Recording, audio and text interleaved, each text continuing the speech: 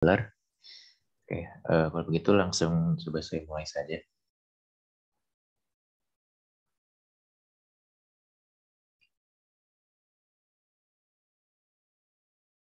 Oke, mungkin sebelum mengarah langsung ke coding ya, saya sedikit jelaskan dulu mengenai Flutter dan juga Firebase-nya. Oke, Oke, jadi nanti kita akan membahas mengenai pengembangan aplikasi mobile dengan menggunakan Flutter dan juga Firebase. Nanti akan coba saya jelaskan satu persatu mengenai apa itu Flutter dan juga Firebase. Oke, mungkin sebelumnya mohon maaf juga karena saya tidak bisa on cam ya karena terkendala jaringan takutnya tidak kuat sambil share. Oke, pertama-tama apa sih itu Flutter? Jadi Flutter ini sebetulnya adalah framework.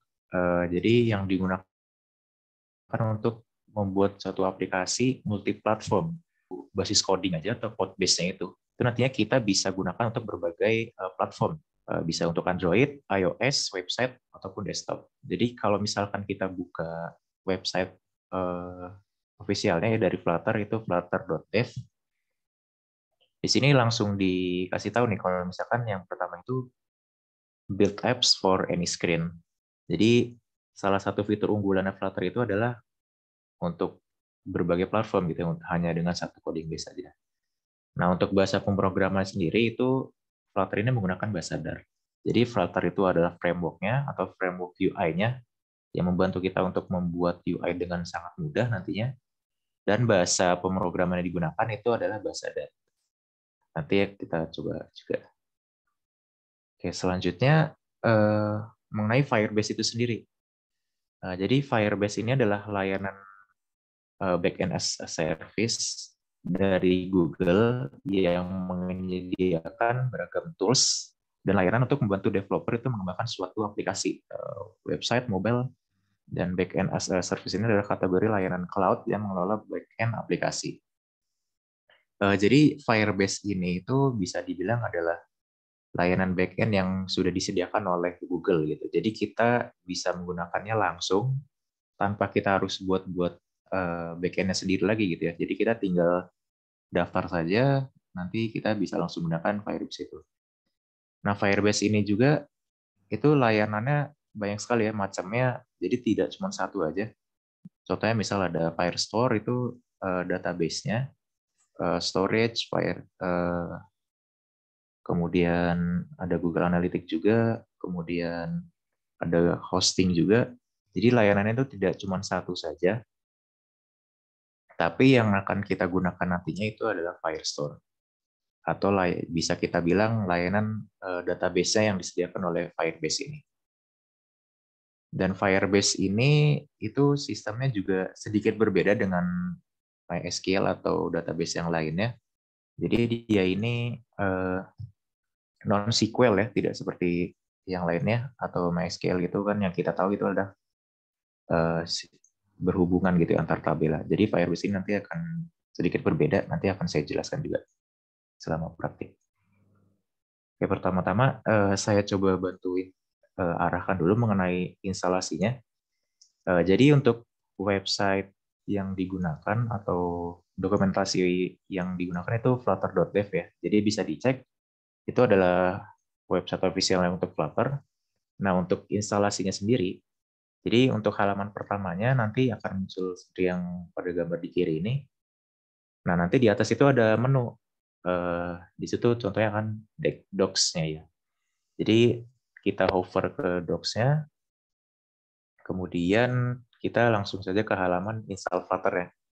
Nah, di situ kita tinggal pilih saja OS yang kita gunakan itu apa. Misal contohnya Windows, maka kita klik Windows-nya, kemudian nanti langsung diarahkan ke halaman ini. Nah, di sini langsung ada kelihatan tombol biru ini ya, Flutter Windows ini. Kita klik saja, nanti otomatis terdownload. Downloadnya ini nanti hasilnya berupa zip. Nantinya dari zip itu tinggal kita ekstrak saja dan kita simpan di lokasi yang diinginkan lah, misal di folder D atau di mana. Nah, setelah tadi sudah diekstrak ya, ada beberapa hal lagi yang perlu dilakukan. Untuk Windows ini saya cuma bisa menjelaskan untuk yang Windows saja karena saya menggunakan OS Windows. Itu kita harus mendaftarkan path-nya dulu. Jadi kalau misalkan kita cek di folder yang tadi sudah di-download, itu nanti ada file namanya bin. Nah, folder bin itu nanti yang harus kita daftarkan di environment ini. Jadi untuk di Windows itu kita tinggal klik tombol search saja ya, yang di pojok kiri bawah. Nah, nantinya di situ kita bisa langsung dapat. Saya contohkan. Nah, di sini kita klik environment variables-nya. Kemudian di dalam path ini, nanti kita daftarkan Flutter tadi. Nah, sini contohnya saya simpan di D. Nah, folder bina ini yang kita daftarkan. Ini untuk yang user variables, dan sistem variables-nya juga sama. Kita daftarkan juga di path ini. Nah, di sini contohnya. Yes, itu saja untuk ininya. Nah, terakhir kalau misalkan kita mau cek apakah Flutter itu sudah terinstall atau belum, kita bisa buka CMD, kemudian kita klik Flutter Doctor. Nanti di situ kita dapat informasi, contohnya misal versi berapa Flutter yang kita install, dan lain-lainnya. Nah, mungkin untuk instalasi Flutter cukup segitu aja ya. Sebetulnya sederhana, kita tinggal download seperti layaknya download pada umumnya ya. Tapi bedanya kita harus daftarkan tadi ke environment yang tadi. Oke, mungkin langkah selanjutnya mau langsung saya contohkan saja mengenai pembuatan project pada Flutter. Oke, jadi di sini saya menggunakan IDE-nya itu Visual Studio Code. Mungkin pertama-tama sebelum ini kita harus install dulu extension Flutter yang ada di VS Code-nya. Nah, kita tinggal search saja sebetulnya.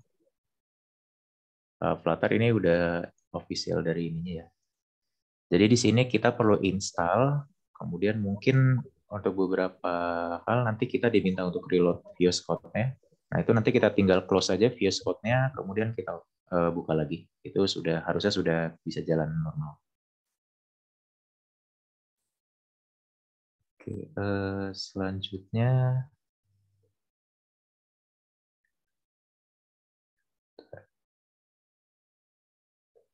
Oke, kalau begitu untuk membuat folder atau project Flutter ini ya, jadi kita bisa di sini klik view terus command palette, atau kalau mau kita shortcut kita bisa pakai Ctrl Shift V. Nah, di sini nanti langsung kelihatan Flutter new project, atau kalau misalkan tidak langsung muncul kita bisa search saja untuk Flutter. Nah, kita langsung dapat new project di sini. Kita pilih application. Nah, di sini nanti diarahkan ke file manager. Jadi sini pilih saja project Flutter yang nanti mau disimpan di mana. Contohnya di Flutter project. Nah, nanti di sini baru kita namain aplikasi ini kita nanti apa. Nah, yang nanti akan saya buat di sini itu aplikasi inventory apps saja, sederhana. Nantinya akan menyimpan daftar-daftar barang gitu ya. Dan namain saja contoh inventory app. Enter, nah nanti akan di-generate project Flutter ya.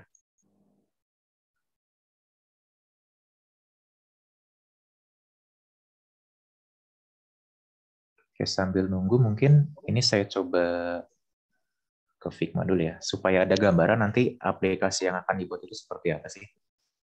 Jadi karena ini mungkin project Android pertama ya, jadi di sini tidak akan terlalu sulit, akan saya ajarkan dasar-dasarnya saja. Nah, nanti yang akan dibuat itu inventory app. Di sini cuman ada 3 halaman saja ya. Jadi pertama home-nya. Nah, home-nya ini nanti akan nampilin list-list barangnya. List-list dari itemnya yang terdiri dari judul, kemudian deskripsi barangnya. Nah, kemudian di sebelah kanannya nanti ada icon delete-nya yang kita pakai untuk mendelete dari barang ini, dari database-nya. Kemudian nanti ada tombol, ini kita sebutnya floating action button, yang nanti kalau misalkan kita klik, nanti akan mengarah ke halaman ini. Halaman tambah barang. Di sini nanti akan berisi form yang berisi 2 text field, itu nama barang, kemudian deskripsinya ya di sini. Oke, nanti ada tombol checklist untuk menyimpan. Nanti pastinya nanti akan langsung terupdate di sini. Nah, nantinya kalau misalkan kita klik salah satu item di sini, nanti akan mengarahkan ke halaman edit barang. Di sini nanti kita bisa edit atau ganti nama atau deskripsinya. Kemudian bisa kita save nanti. Oke, aplikasinya nanti sederhana ya, cuman ada add, create, retrieve, update, dan delete. Jadi kita tambahkan, kemudian kita baca, kita delete, dan juga nanti kita edit. Oke, kita balik lagi ke Visual Studio Code-nya.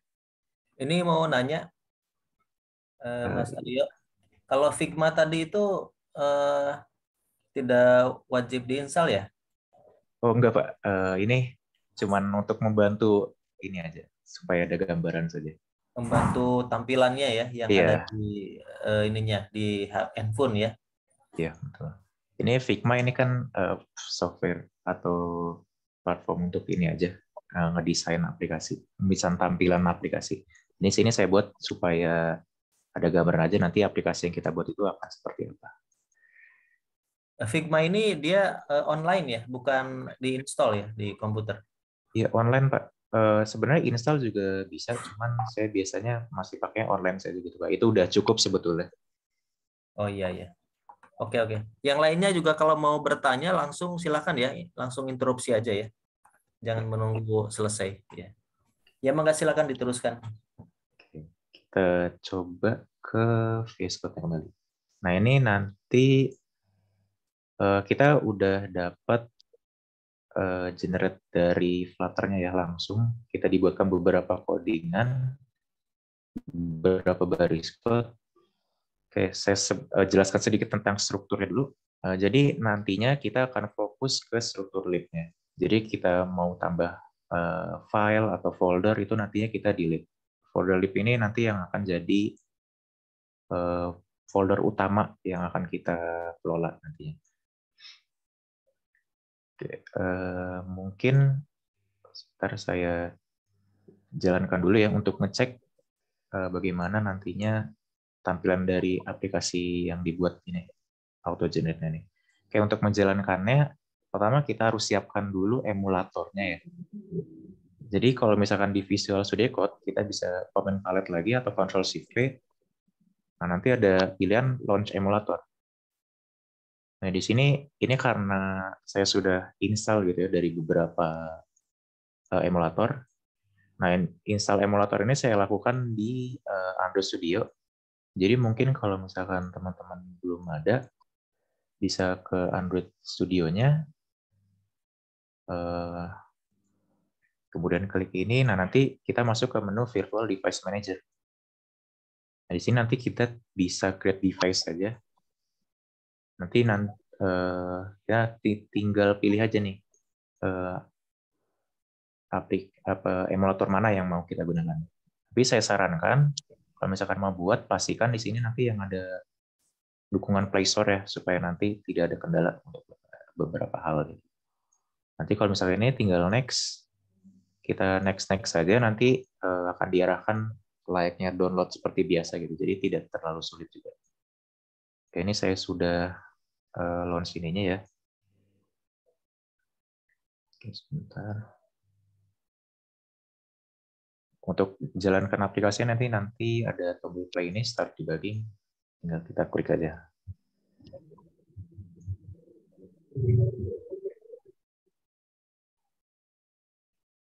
Oke, mungkin sambil nunggu saya jelasin sedikit dulu tentang Flutter ini. Jadi untuk Flutter ini basisnya itu nanti per widget ya. Jadi kita sebutnya nanti widget. Contohnya, bagaimana sih cara menampilkan teks dalam suatu aplikasi? Nah, di Flutter ini kita udah disediain widget-widget untuk melakukan hal tersebut. Contohnya di sini, teks. Nah, teks ini nantinya kita akan menampilkan teks di dalam layarnya. Contoh lainnya kolom. Ini layout widget yang kita gunakan untuk parent dari anak-anak widget yang lainnya nih di sini. Nanti sembari ini saya jelaskan juga. Contohnya center, F-bar, dan lain-lain itu kita sebutnya nanti widget. Jadi Flutter ini nanti akan sangat sering disebut sebagai widget untuk masing-masing ininya.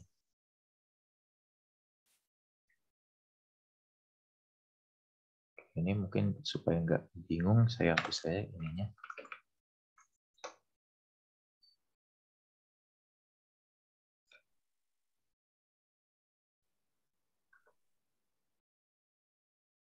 Ini biasanya memang kalau misalkan pertama kali run aplikasinya memang biasanya akan sedikit lama ya. Tapi nantinya kalau misalkan udah terinstall di dalam aplikasi emulator ini nanti nggak terlalu lama.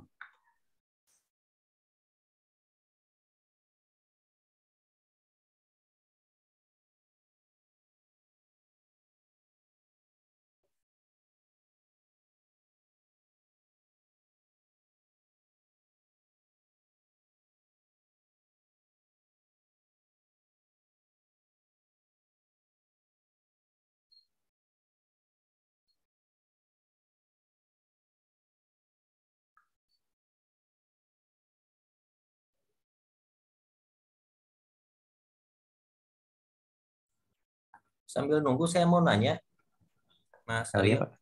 Tadi di Flutter Dokter itu kalau misalnya ada yang tidak tercentang, itu masih boleh lanjut nggak untuk mulai ngoding? Oke. Mungkin ini ya, saya coba ini. Nah biasanya nanti ada centang-centang seperti ini. Kita sambil nunggu. Itu kalau misalkan kita cek ternyata ada yang silang, itu sebetulnya tidak masalah, tidak begitu masalah. Yang penting itu Flutter channel-nya ini udah centang. Itu artinya kita udah sebetulnya dari situ aja udah bisa. Oh, yang paling atas ya, yang wajib bisa itu ya. Iya Pak. Oke, oke. Enggak, lanjut, lanjut. Oke. Ini jadi tampilan pertama dari project yang di-generate sama Flutter. Ini aplikasi counter biasa. Nah, ini yang tadi saya sebut floating simulation, nanti ini. Oke, mungkin itu dulu. Nah, sekarang kita langsung fokus dulu ke aplikasi yang mau kita buat, itu Inventory Lab. Oke, semoga waktunya mencukupi. Oke, ini kita hapus dulu. Nanti saya contohkan untuk pembuatannya. Oke, ya, pertama untuk void main ini function main pada umumnya seperti codingan. Function main itu function utama yang nantinya akan dijalankan oleh aplikasi. Pertama dijalankan oleh aplikasi. Jadi di sini ada command run app. Ini aplikasi yang akan dijalankan. Jadi root dari aplikasinya itu ada di kelas my app ini. Nah, kemudian selanjutnya ini widget atau function build ini function yang nantinya akan menjalankan semua widget-widget yang nantinya akan kita sebutnya itu di render ya. Dari material app ini nantinya widget yang menyediakan semua materialnya dari widget-widgetnya, temanya dan lain-lain. Nah, dalam material app ini nantinya ada properties yang namanya itu home. Home ini akan mengarah ke halaman utama dari aplikasinya atau kelas utama dari aplikasinya nanti. Kita coba buat dulu. Kita misal mau namain homepage. Di sini masih error karena belum saya buat. Oke, saya coba buat. Ini saya coba contohkan cara yang sedikit rapinya gitu ya. Jadi saya mau pisah antara halaman nantinya model dan juga provider dari Firebase ya gitu. Ini kita coba buat aja views. Di dalam views kita buat ini klik kanan ya. Klik kanan nanti new file, kita namain tadi homepage. Homepage.dar. Nah, untuk membuat untuk markers tadi ya, material dan lain-lainnya, widgetnya kita bungkus di dalam, kalau misalkan tadi dilihat, ini ada namanya kelas stateless widget. Stateless widget ini nantinya yang kita gunakan sebagai, kita sebutnya nanti ini root juga ya. Jadi dasar dari aplikasinya nanti, cara ngebuatnya, dasar dari setiap halamannya maksudnya, setiap kali kita mau ngebuat widget, nanti kita buat di dalam stateless widget ini. Karena di dalam stateless widget ini nantinya ada function build-nya ini, yang akan merender dari masing-masing widget yang ada di dalamnya. Oke, cara buatnya nanti kita ketik aja STL, nanti langsung ada auto complete-nya, kita enter saja stateless widget ini. Nah, kita tamain homepage tadi. Oke, di sini masih error karena belum diimport. Kita kontrol spasi aja, nanti langsung ada auto complete-nya. Kita enter, nah nanti langsung terimport. Kita save.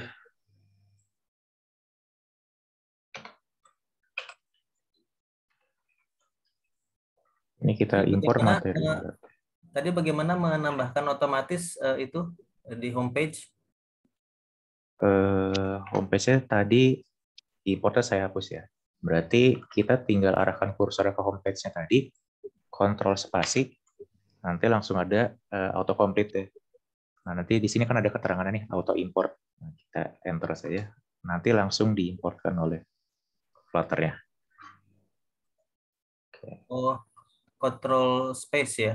Ya, control space. Betul. Setelah homepage itu. Oke, kita lanjut lagi. Nah, di sini kontainer nanti dulu kita coba skip dulu. Nah, untuk menampilkan suatu halaman, kita perlu widget yang namanya scaffold. Scaffold ini nantinya jadi dasar utama dari suatu halaman, atau kita bisa bilang background putih dari suatu halaman itu ya, sederhananya seperti itu. Nah, di dalam scaffold ini nanti ada nama properties, itu body.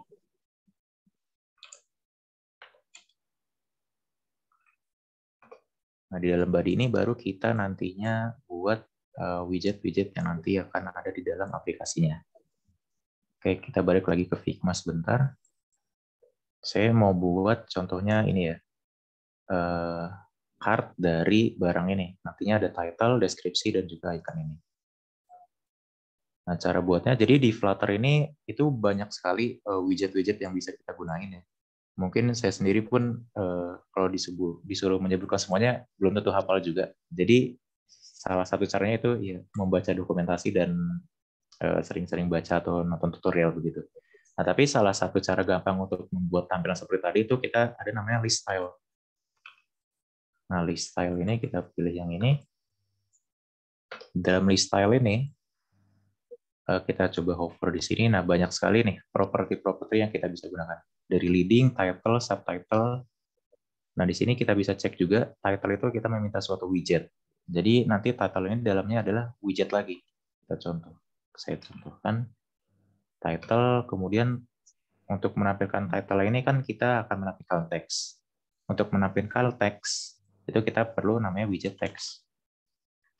Nah, baru nanti di dalam widget ini kita isi string biasa. Misal judulnya barang satu gitu. Kemudian subtitle-nya juga tadi udah ada. Kita isi teks juga.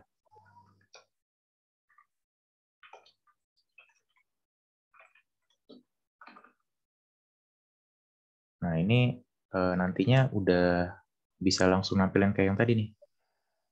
Coba saya jalankan sebentar.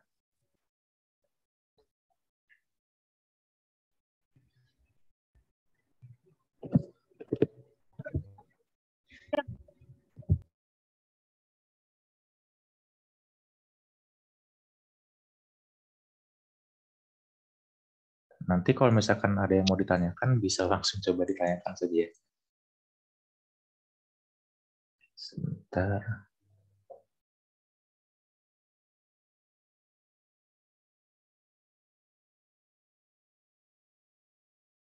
Tadi coba mau nampilkan list style dari aplikasinya.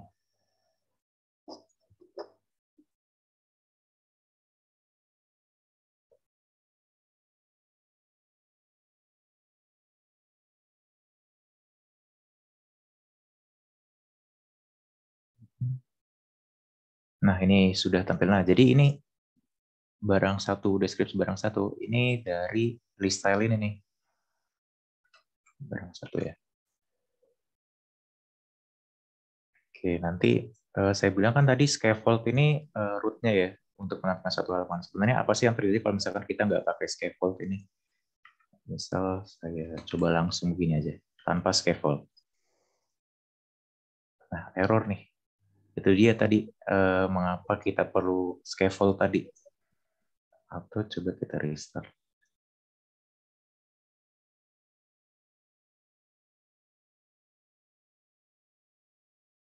Nah, tetap error nih tadi. Jadi alasannya tadi kita pakai scaffold ini untuk menampilkan halaman yang tadi ya. Kita bilang nih. Jadi perlu scaffold untuk menampilkan sebuah halaman. Kita balikin lagi ke tadi. Nah, kita stop dulu aja. Sekarang saya mau coba buat app bar. Tadi kan kita lihat ada app bar ya. Di dalam scaffold ini udah disediakan properties app bar. Nah, app bar ini memerlukan size widget. Jadi udah ada namanya widget app bar. Dalam app bar ini juga ada title-nya. Nah, dari mana kita tahu semua ini? Itu dari dokumentasinya. Jadi sebenarnya udah disediakan semua. Nah, untuk title-nya kita bisa pakai teks untuk menampilkan teks, misal inventory app ya tadi.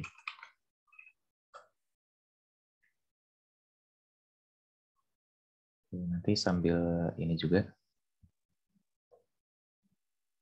Ini list style ini kan kita baru tadi yang menampilkan satu. Bagaimana kalau misalkan kita menampilkan banyak list style atau menurun gitu ya kayak tadi yang ada di Figma. Kita perlu yang namanya itu widget layout atau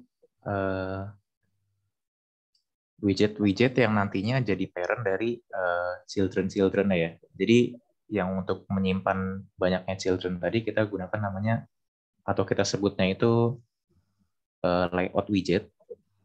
Untuk layout lah gampangnya seperti itu. Jadi di sini ada namanya widget column.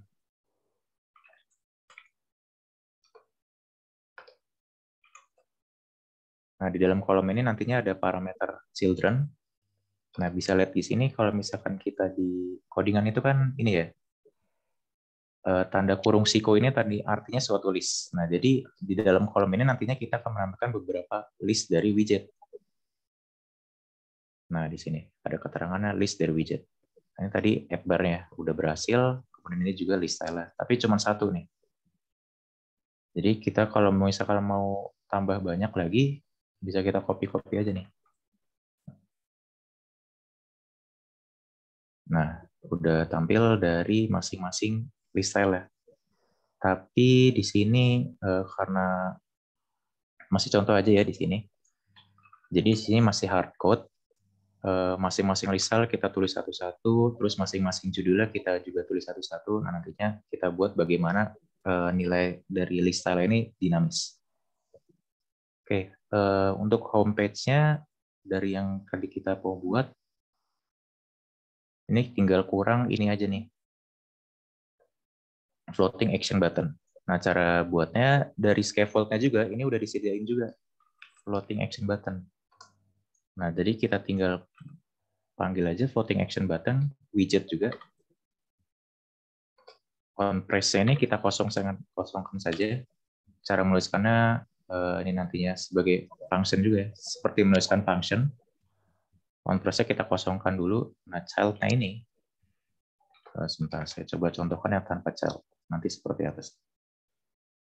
Nah, nantinya akan ada lingkaran seperti ini saja. On press-nya ini masih dikosong ya. Jadi kalau misalkan kita klik itu nggak ada aksi apa-apa. Nah, sekarang kita tambahin child atau anaknya. Jadi kita nampilin widget di dalam floating action button ini nanti.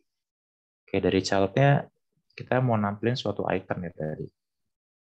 Icon plus.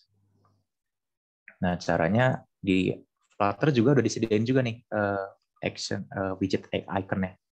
Di icon, kemudian untuk mengisi parameter icon ini sudah disediakan juga icon-iconnya. Jadi di sini tinggal icons, titik.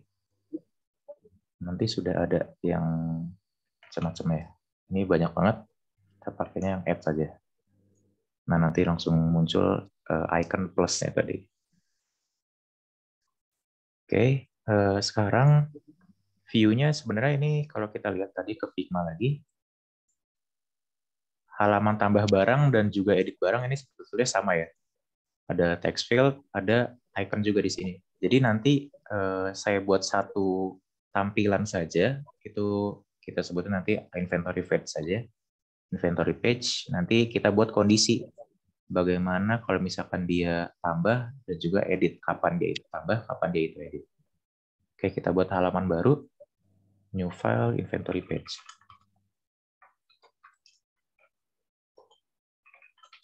Inventory page.dart. Oke, untuk penamaan filenya, kalau dari aturan yang ada ya, yang sering saya temuin juga, itu kita gunakan huruf kecil semua. Kemudian kalau misalkan kita ada spasi, kita pisahkan dengan underscore. Oke, kaidahnya yang diajarkan oleh Flutter itu seperti itu. Oke, untuk membuat halaman baru, kita pakai stateless lagi. Kita ketik stl, enter, nah kita namain inventory page. Oke, untuk membuat halaman seperti tadi ya, kita gunakan scaffold. Nah, kita pakai app bar lagi aja. App bar, kemudian kita panggil widget app bar lagi. Yang tadi bisa diulangi dari awal nggak? Dikosongkan dulu ini. Menambahkan isi kelas inventory page itu tadi cara cepatnya seperti apa tadi? Sebentar, ini yang dari sini ya Pak? Nah, coba dihapus dulu semua. Nah, coba Oke. dari situ apa dulu tadi? Tadi shortcut-nya itu kita, nama kelas itu kan stateless widget. Jadi kita shortcut itu kita ketik aja stl, nanti kan ini nih, kita Oh, pakai arrow STL. page, arrow key aja, kita ketik stateless widget. Nah, kita namain aja tadi inventory app. Shortcutnya STL ya. Kalau ada, selain STL ada shortcut yang lain nggak untuk fungsi yang lain? Untuk menampilkan suatu halaman itu kan ada dua cara sebetulnya. Kita gunakan stateless widget atau stateful widget. Oh, kalau stateful apa? Nah, STF. stateful widget Iya. nantinya, oh sebentar. Nah, jadi di inventory page ini, detail page ini nanti akan digunakan stateful widget. Nanti saya coba jelaskan kenapa. Nanti kita gunakan dulu stateful widget.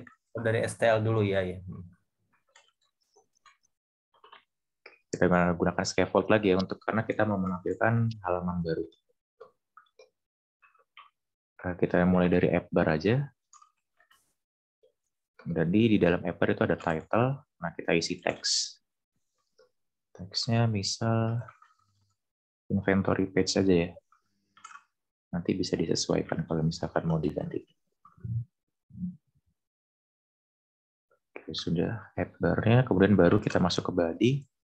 Nah, body-nya kita pakai kolom lagi, karena kan kita mau menampilkan body ke bawah ya. Jadi kita gunakan kolom.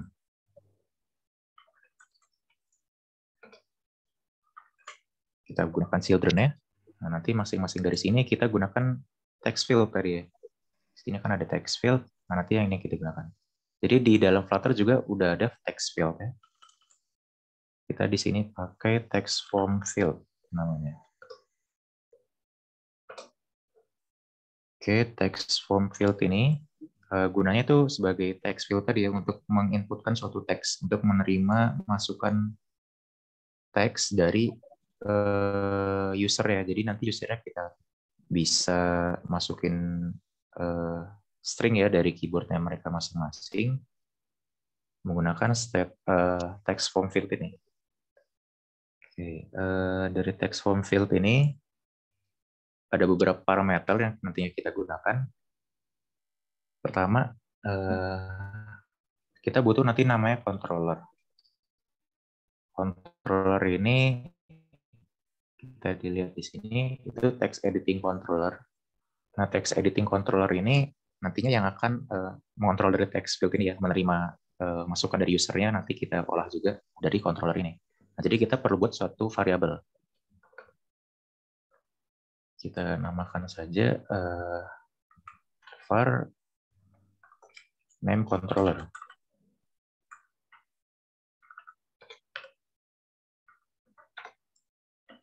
kita gunakan di sini text editing controller.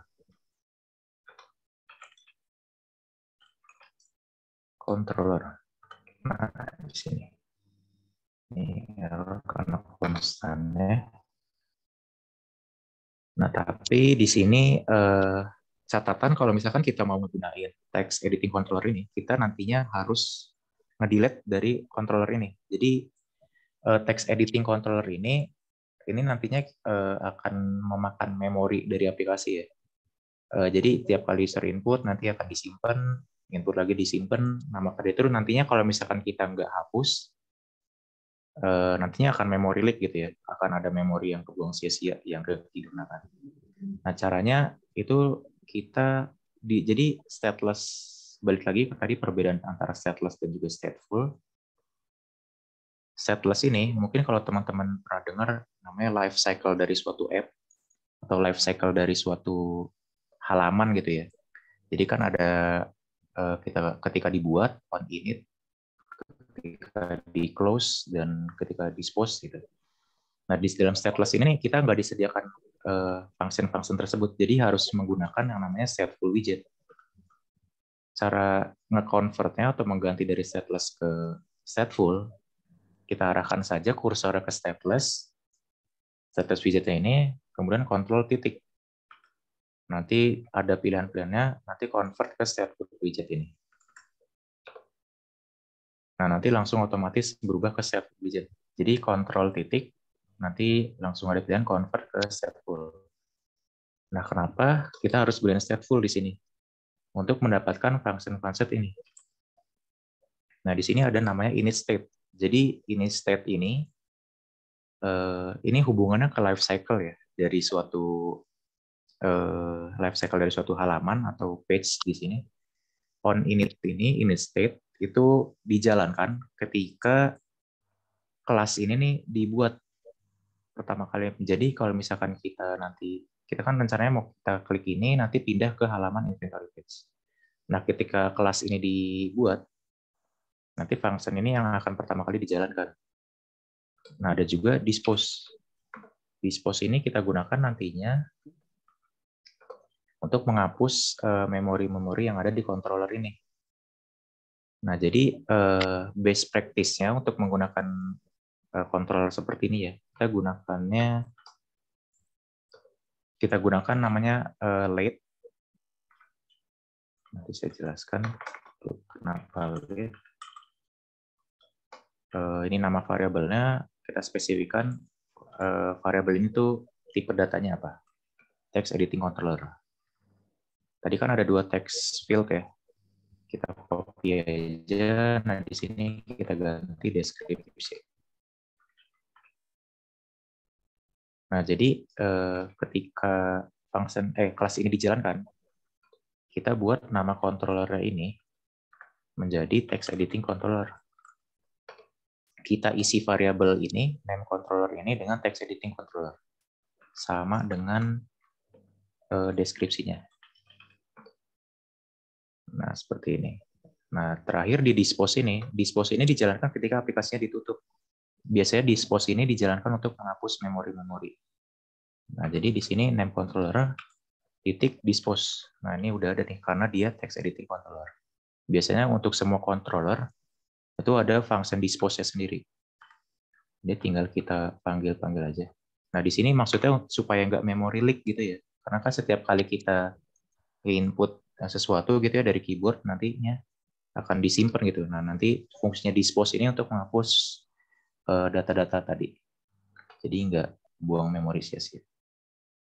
Nah, balik lagi ke test form field. Ini tadi udah selesai ya. Mungkin dari sini ada yang mau ditanyakan dulu? Barangkali ini. Itu tadi ada late. Late itu kalau misalnya dihilangkan itu jadi error ya? Iya, Pak. Nah, di sini misal kita buat seperti ini ya. Flutter ini kalau misalkan kita hover di sini non-nullable. Non-nullable ini maksudnya suatu variabel itu kan bisa bernilai 0. 0 ini maksudnya tidak bernilai sama sekali. Nah, Flutter ini mencoba membuat developer ini lebih hati-hati dengan hal tersebut gitu ya. Karena bahaya kalau misalkan kita ngudahin variabel, ternyata variabel itu nol. Jadi maksudnya variabel keyword late ini, kita ngasih tahu ke Flutter ini kalau misalkan variabel ini nantinya akan kita isi. Nah, isinya nanti tentunya harusnya di init state ini. Jadi ketika kelasnya ini dibuat, pertama kali yang dijalankan itu ini. Kenapa nggak langsung saja, misalkan kayak gini ya, kita langsung isi text editing controller. Nah, ini kan bisa juga nih, nggak error. Sebetulnya nggak ada masalah juga kalau begini. Tapi biasanya kalau misalkan yang saya cari-cari, best practice dari menggunakan controller ini itu menggunakan late dulu, kemudian di init state-nya kita baru isi dengan text editing controller, nanti di dispose ya, atau ketika function ini dijalankan ketika kelasnya ditutup, page-nya ditutup, nanti baru kita dispose atau kita hapus memorinya dari controller tadi. Jadi sebetulnya ini nggak ada masalah juga, yang penting kita harus mendispose controller tadi. Tapi saya lebih biasanya sudah terbiasa menggunakan late ini. Nah, jadi sebetulnya nggak ada masalah juga. Preferensi masing-masing. Kalau misalkan mau langsung diinisiasi, tidak masalah juga. Tidak error, tidak akan menimbulkan error. Yang terpenting itu sebetulnya. Oke, mungkin kita lanjut lagi ke text field tadi. Text form field ini, controller ini kita isi dengan masing-masing yang tadi, name controller. Nah, ini sebenarnya udah bisa kita gunain juga nih. Ini satu lagi, ini jangan lupa di koma. Ini kita ganti sama deskripsinya. Oke, ini kita stop dulu aja.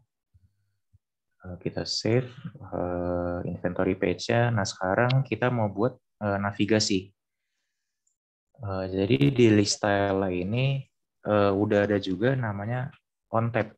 Jadi on tab ini nantinya akan mengurusi ketika list style tadi diklik ya.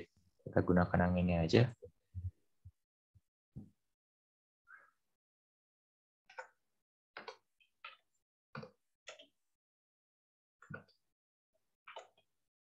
Nah, caranya kita mau menavigasikan ke halaman yang tadi ya. Oke, jadi di sini kita akan menggunakan suatu navigasi ya, kita sebutnya. Pernavigasian di dalam Flutter tadi. Jadi kita nanti menggunakan namanya itu navigator. Navigator.push. Nah, ini ada error. Oh, di sini karena kita perlu pesan. Kita hapus dulu. Nah, di sini navigator.push. Ini belum selesai. Nah, route-nya ini kita isi dengan material page route. Builder, nantinya builder ini yang akan menseleksi ini ya, maksudnya ke arah mana kita nanti akan menavigasikan halamannya. Jadi di sini bisa kita ketik return saja. Nah, kemudian nama dari kelas yang tadi, inventory page, titik koma dan. Nah, mungkin pertama-tama agak sedikit sulit untuk menghafalkan ini ya, untuk navigasinya. Saya juga dulu agak sedikit kesulitan. Jadi, tapi intinya ketika kita mau navigasikan halaman baru ya, halaman lain, kita bisa gunakan namanya navigator.push. Nah, kemudian kita gunakan untuk route-nya ini konteksnya, kemudian route-nya. Nah, return-nya ini halaman dari aplikasinya yang akan diarahkan. Gitu. Oke, kita coba jalankan lagi.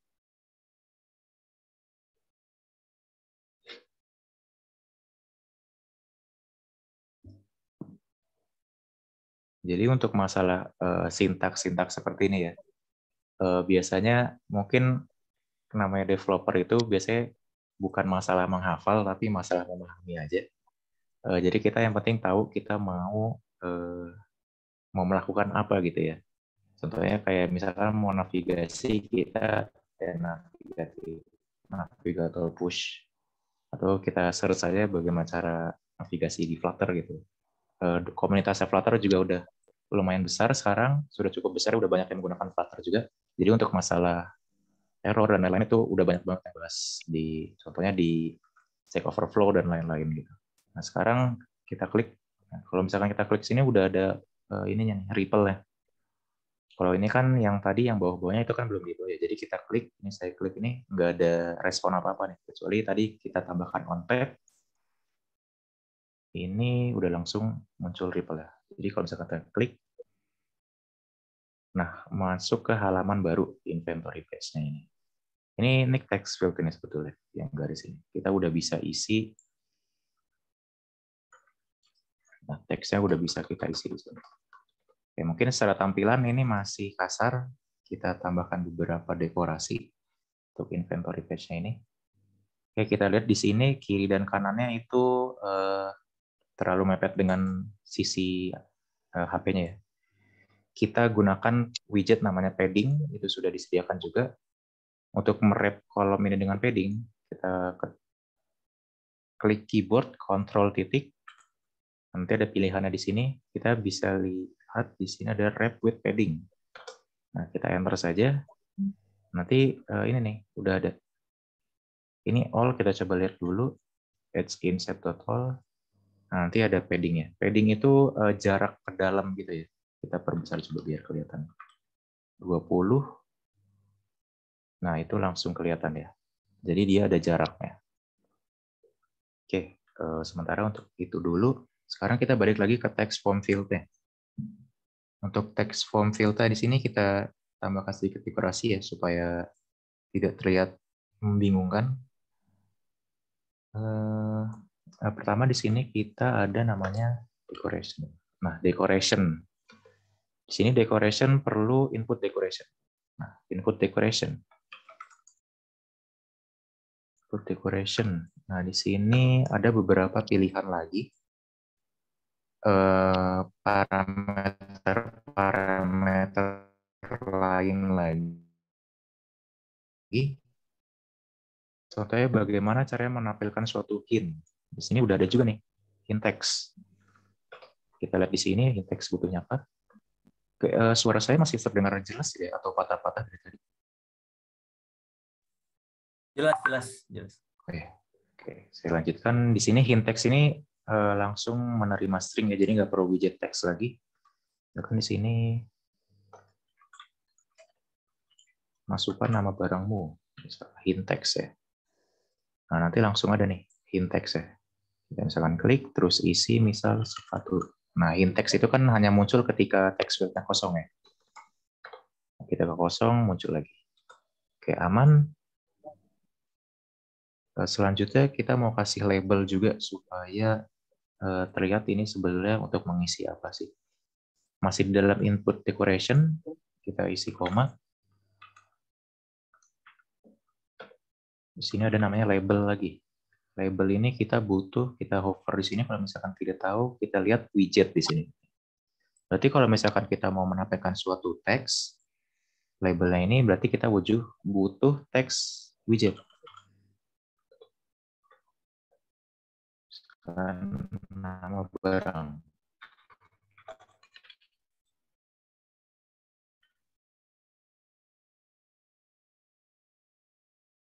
Nah, kita misalkan klik di sini, nah langsung otomatis. Nah, semudah ini dia cara menggunakan Flutter. Jadi semuanya udah disediain, kita tinggal bagaimana cara menggunakannya saja. Kalau misalkan kita selesai, nah nanti balik lagi. Oke, kalau kita lihat di sini jarak antara text field 1 dengan 2-nya agak terlalu mepet, kita kasih jarak. Caranya di sini ada namanya widget size box. Nah, size box. Jadi di sini kita bisa berikan jarak, misalkan height ya. Di sini ada parameter height, kita isi saja 10. Nah, nanti akan turun. Fungsinya size box ini jadi bisa dibilang seperti memberikan suatu box kosong ya antara ini dengan tinggi sekian misal 10. Jadi biasanya digunakan untuk memberikan jarak antar satu widget dengan widget lainnya juga. Ini kan untuk yang vertikal. Kalau horizontal berarti kita pakainya nanti width-nya. Width-nya misal berapa gitu. Nah, di sini kan karena kita ke bawah ya, jadi width-nya itu tidak terlalu berpengaruh. Oke, untuk yang bawahnya juga sama ya, decoration. Jadi tinggal kita copy aja.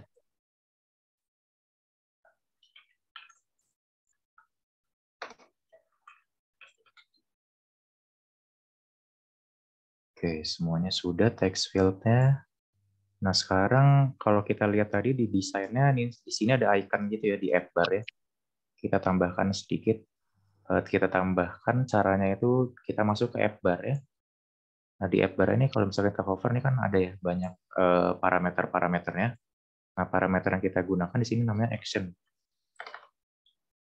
Action ini kalau kita lihat list of widget ya. List of widget. Jadi kita di sini sama kayak di dalam kolom tadi, kita bisa masukin widget-widget gitu ya, banyak. Nah, kita di sini gunakan icon, kita icons check.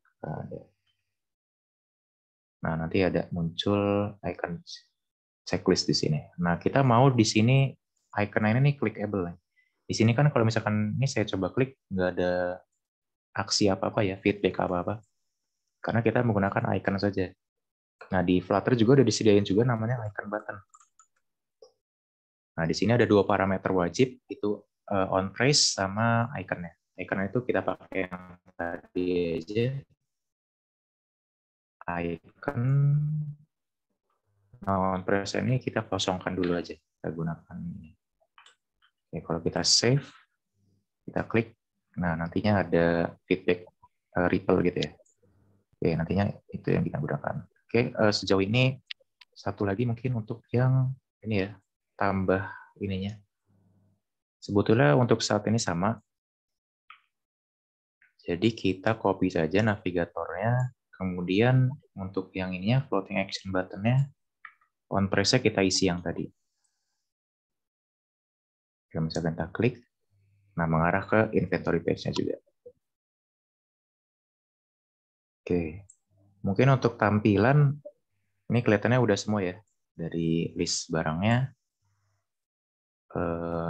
text field-nya, masing-masing text field, kemudian udah icon-nya juga, check-nya sudah, kemudian back sudah. Nah ini tadi kalau misalkan dilihat, sini kan ada icon kembali gitu ya. Ini otomatis di generate sama Flutter-nya. Kalau misalkan kita mengarah ke suatu halaman baru. Jadi halaman yang kita buka nanti otomatis ada ini. Jadi kita bisa langsung otomatis gunakan untuk kembali ke halaman sebelumnya. Oke, kalau kita lihat di sini aplikasinya di sini kan masih statik ya. Masih hardcode. Semuanya kita tulis secara manual di dalam codingannya. Nah, sekarang kita mau buat aplikasinya ini secara dinamis menggunakan suatu database. Tapi nah database ini nantinya kita gunakan Firebase ya. Nah, sekarang kita coba setup Firebase-nya dulu. Oke, kalau misalkan kita ke browser,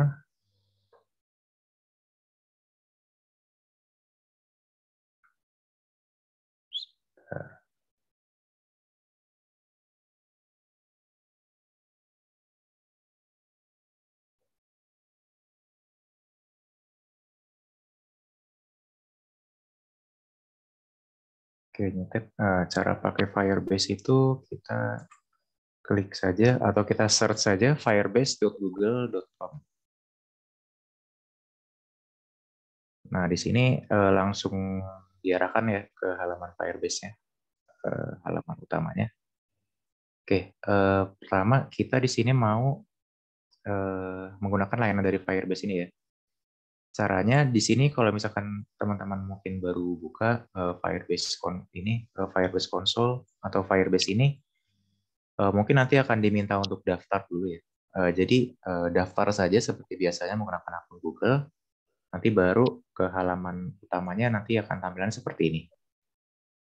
Nah, untuk menggunakan layanan dari Firebase ini, kita bisa pergi halaman Go to Console ini di pojok kanan atas. Nah, di sini nanti akan diarahkan ke halaman ini. Nantinya di sini kita akan mendaftarkan project yang akan kita gunakan. Di sini ini project-project yang pernah saya buat. Di barunya ini kita add project aja. Nah, langsung diminta untuk menamakan project-nya. Tadi kita misalkan masuk aja ya ke inventory. app namanya inventory app. Jadi langsung continue saja. Nah, untuk Google Analytics ini disable sama saja. Jadi karena kita perlu layanan ini, saya juga sebetulnya belum pernah juga, tapi untuk saat ini tidak perlu juga. Langsung create project. Nah, di sini akan disiapkan dulu untuk project-nya nanti. Oke, Firebase ini tadi saya sebutkan kan layannya tidak cuma satu saja ya.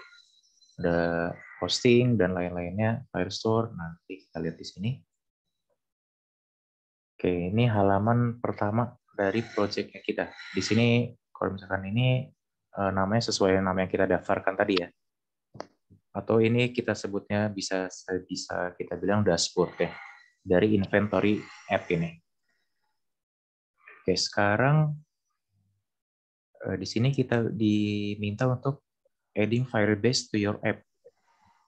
Nah, di sini kita mau daftarkan dulu nih aplikasi kita ke dalam Firebase ini. Kita karena menggunakan Android ya tadi di sini, tadi saya lupa jelaskan juga. Flutter ini kan kita sebutnya multi-platform application ya. Jadi untuk satu code saja itu bisa untuk membuat aplikasi iOS dan juga Android. Tapi tentunya bersyarat. Kalau misalkan kita mau membuat aplikasi untuk iOS juga, kita harus membuatnya di macOS juga. Itu syarat utamanya kalau membuat aplikasi iOS. Jadi kalau misalkan kita untuk membuatnya untuk Windows, digunakan di Windows, jadi nantinya aplikasi yang dihasilkan itu hanya akan bekerja untuk Android saja. Jadi multi-platform tapi tetap bersyarat kalau misalkan mau menggunakan iOS itu harus dibuat di macOS. Oke, kita mau tambahkan dulu. Kita mau meregister dari aplikasi yang tadi kita buat ya. Oke, di sini kita dibutuhkan menambahkan package name dari aplikasinya. Cara ceknya kita balik lagi ke VS Code. Nah, di sini kita masuk ke folder Android. Di Android kita buka ke folder app, kemudian src, main. Nah, baru di sini kita nanti ketemu Android manifest. Nah, di dalam Android manifest ini baru kita dapat informasi mengenai package dari aplikasi kita yang kita buat. Secara default-nya kita dibuatkannya package-nya itu com.example baru nama project yang tadi kita buat ya di awal tadi. Jadi kalau misalkan mau mengubah, kita tinggal ubah aja sebetulnya di sini. Oke, ini tadi package-nya, kita balik lagi ke Firebase-nya, kita copy paste aja. Inventory app. Kemudian nickname-nya kita sebut aja inventory app ya. Nah, ini debug signing certificate ini opsional. Nah, sini kalau misalkan kita lihat keterangannya, di sini diperlukan kalau misalkan kita mau menggunakan layanan Google Sign-in. Salah satu layanan Firebase itu autentifikasi juga, tadi lupa saya sebut. Nah, di autentifikasinya juga itu banyak banget jenisnya. Bisa mau menggunakan email, Google, Facebook, Twitter, dan lain-lain. Jadi kalau misalkan mau menggunakan layanan Google Sign-in, kita harus wajib generate ini, SHA-1. Sekarang kita gunakan, tidak perlu, jadi register saja.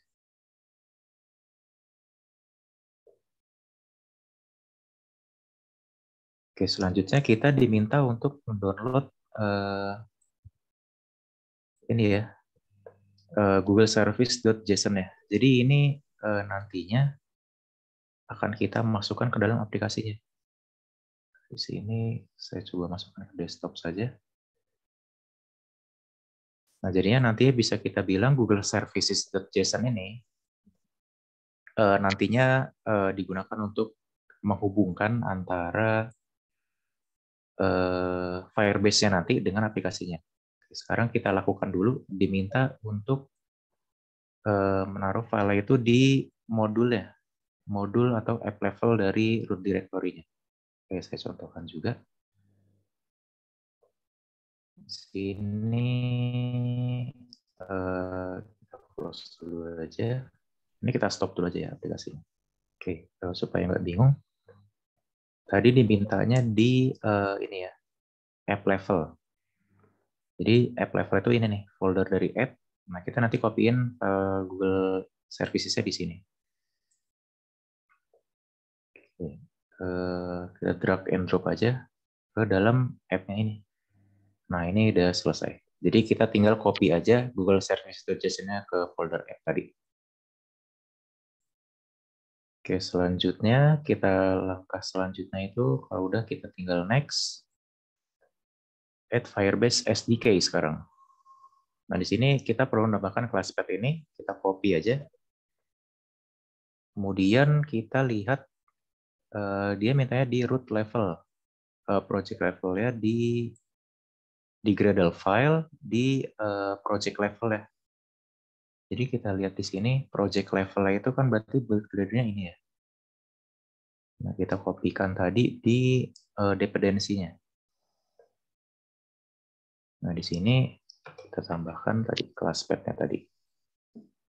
Sebentar. Kelas path.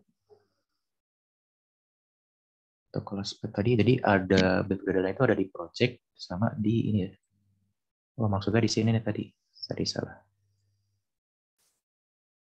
Kelas path-nya itu tadi di sini. Ini yang root project-nya untuk yang project level. Tadi kalau yang ini itu salah, tadi ini app level. Jadi ini dia pusatnya. Ini yang project level ya, build Gradle-nya. Kita balik lagi ke sini, itu udah. Kita hanya perlu menambahkan ini. Nah, sekarang implementation platform ini. Kita copy, nah dia dimintanya baru di app level yang tadi saya salah ya. Di app level, jadi kita klik folder app, kemudian build Gradle yang ini. Tadi kita lihat dependensinya ya. Di dependensi, kita tambahkan implementasi ini. Satu lagi itu ini Google Services ya. Masih di folder file yang sama, itu di plugins. Plugins.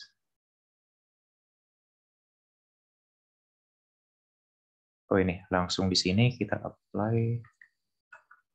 Dan di sini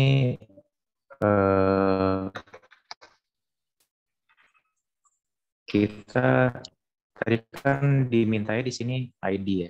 Tapi di sini karena strukturnya sedikit berbeda, di sini harus kita ketik manual. Nah, kita sesuaikan aja kayak yang di atas. Nah, ini udah selesai kita daftarin. Sekarang kita next, continue to console. Nah, itu tadi langsung ke detect ya. Inventory app-nya dari Android itu udah daftar, udah dilakuin semua proses pendaftarannya. Itu aja untuk pendaftarannya. Oke, satu lagi itu dari sisi Firebase-nya. Tapi di sini kita mau menggunakan Firestore, berarti kita coba lihat di sini layanan-layanan apa saja yang ada di Firebase-nya. Di sini banyak banget nih, ada autentifikasi, nah, ada Firestore juga, ada real-time database, ada storage, hosting, machine learning, cloud messaging. Nah, yang nanti kita gunakan itu Firestore database.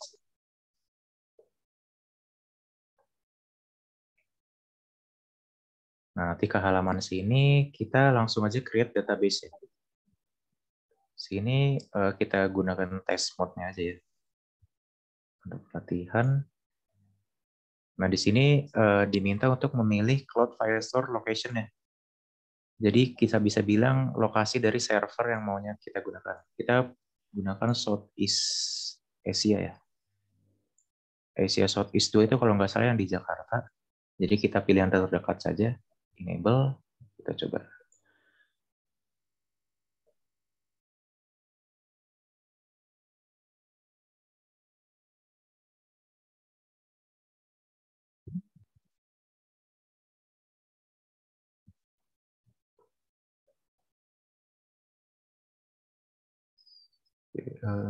Kita coba tunggu dulu. Mungkin agak makan waktu.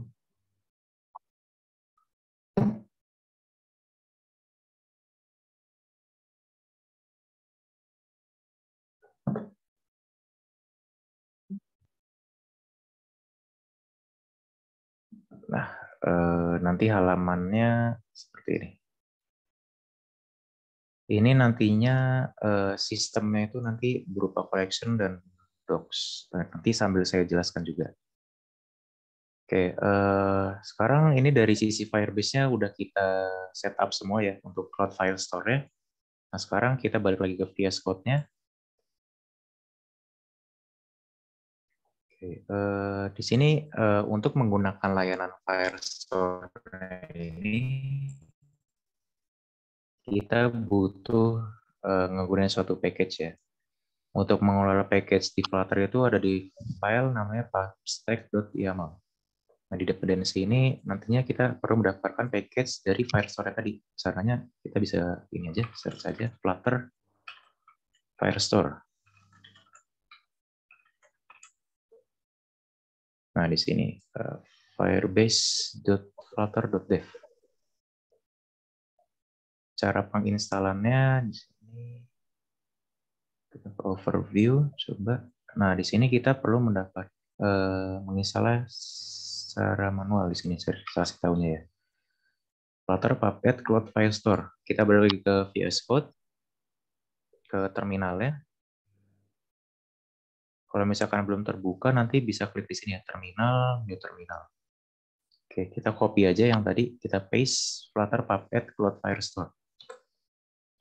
Nah, nantinya komen ini akan menginstal package dari Cloud Firestore tadi ya, yang mau kita gunakan. Nah, Cloud Firestore ini langsung otomatis ketambah. Ini versinya, ini package-nya, Cloud Firestore. Oke, selanjutnya ada satu lagi, itu Firebase Core ya. Jadi dari Firebase sendiri, kalau misalkan kita mau menambahkan suatu layanan dari Firebase, kita perlu nambahin dependensi atau package Firebase Core ini. Nah, cara installingnya, jadi kalau misalkan kita mau menggunakan suatu package ya, package ini kan library yang kita bisa gunakan, itu yang udah dibuat orang lain, yang tinggal kita gunakan. Gitu. Semuanya kedaftar di pub.dev ini. Slash package. Jadi kita bisa cari nanti banyak banget ya. Misalkan cara menampilkan chart dan lain-lain itu kita bisa gunain package yang udah dibuatin orang lain. Nanti kita tinggal install di dalam aplikasi kita. Sekarang installing. Balik lagi ke di sini kita tinggal copy aja Firebase Core. Kita buat line baru. Nah, selanjutnya tinggal Ctrl Save aja. Nanti langsung pubget ya, atau di-download package-package yang tadi ke dalam aplikasi atau project kita. Oke, seharusnya dari sini kita udah bisa menggunakan layanannya Firebase tadi yang udah kita hubungin. Oh, satu lagi saya lupa jelasin tadi. Nah, di sini. Jadi dari dokumentasinya, kalau misalkan kita mau menggunakan Firestore atau Firestore database tadi, kita harus buat minimal SDK versionnya itu ke 21.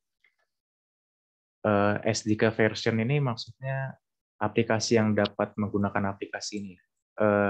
OS Android yang dapat menggunakan aplikasi ini maksudnya. Kalau 21 itu, kalau tidak salah itu Android Lollipop. Jadi nantinya aplikasi ini tuh hanya bisa digunakan oleh OS Android yang Lollipop ke atas ya. Nah, itu syarat dari Firebase-nya. Oke, sekarang seharusnya udah aman. Oke, mungkin dari penambahan tadi ada yang mau ditanyain dulu? Tidak. Oke, tadi dari Firebase-nya ya. Oke, sekarang kita coba lihat lagi. Ini konsol ya, dari Cloud Firestore ya. Nah, dari Firestore ini, data-data yang tersimpan di sini nanti, itu nantinya berupa JSON. JSON itu kalau misalkan teman-teman ini, mungkin kita bisa lihat tadi ya. Google Service ini. Nah, ini JSON nanti seperti ini nih. Ada suatu key-nya, nanti datanya berupa apa gitu. Misalkan ini key-nya, nanti datanya ini kan string. Ini key, ini project ID, data itu string. Nah, project info ini kalau misalkan kurung kurawal seperti ini, itu kan tandanya suatu objek. Kalau misalkan tandanya kurung siku, itu tandanya list. Ini kurung kurawal lagi tandanya objek. Dan ini masing-masing dari key-nya atau parameternya atau properties ya. Nah, sekarang yang perlu kita lakuin, kita perlu membuat suatu model yang nantinya kita gunakan untuk mengupload data kita ke Firebase tadi. Model kita sebut sini model saja. Folder models, file, inventory.ter. Jadi sini maksudnya saya mau buat suatu kelas yang merepresentasikan suatu inventory tadi. Di sini mengikuti kaidah ini ya. Kalau mobile application itu kita sebutnya nantinya menggunakan pemrograman berbasis objek, nanti banyak banget kelas-kelasnya. Kayak yang tadi kan kita udah sempat gunain ya, kelas-kelas yang lainnya. Di sini kita membuat suatu kelas yang nanti kita buat untuk menyimpan datanya, merepresentasikan dari masing-masing inventory tadi ya. Kelas inventory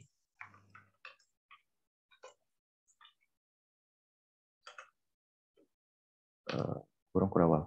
Nah, di sini kita definisikan masing-masing dari propertinya atau variabel-variabel yang ada di dalam kelas inventory-nya. Kita buat variabel, tadi kan kita ada dua ya rencananya mau buatnya. Ada nama barang dan juga deskripsinya. Kita buat singkat, simple seperti itu saja. Caranya kita buat tipe datanya dulu apa, string, habis itu misalkan name, kita namain variabelnya. Kemudian string lagi deskripsi. Titik koma, jangan lupa. Nah, di sini ada error tadi yang dibilang ya. Di sini sebetulnya setiap variabel itu harus dibuat nilainya langsung. Kita buat suatu constructor. Jadi constructor ini fungsinya ketika nanti objeknya ini dibuat, jadi kita langsung diminta untuk mengisi variabel-variabel ini, nama, deskripsinya. Jadi caranya kita tinggal isi aja this.name. Description. Kayak di sini masih ada error. Kenapa? Karena nanti user atau developernya itu bisa aja kita nanti nggak ngisi dari variable name atau deskripsi ini. Nah, jadinya kita perlu menambahkan keyword lagi itu required. Jadinya kalau misalkan nanti developer mau ngebuat objek dari inventory ini, mereka wajib mengisi dari nama atau deskripsinya dan deskripsinya seperti itu. Oke, sekarang kita kembali lagi ke inventory page-nya aja ya. Kita coba buat bagaimana caranya menyimpan data ke Firebase atau Firestore ya. Sini kita perlu folder baru, itu kita sebut tadi provider. Kita sebut juga misalkan Firestore Service.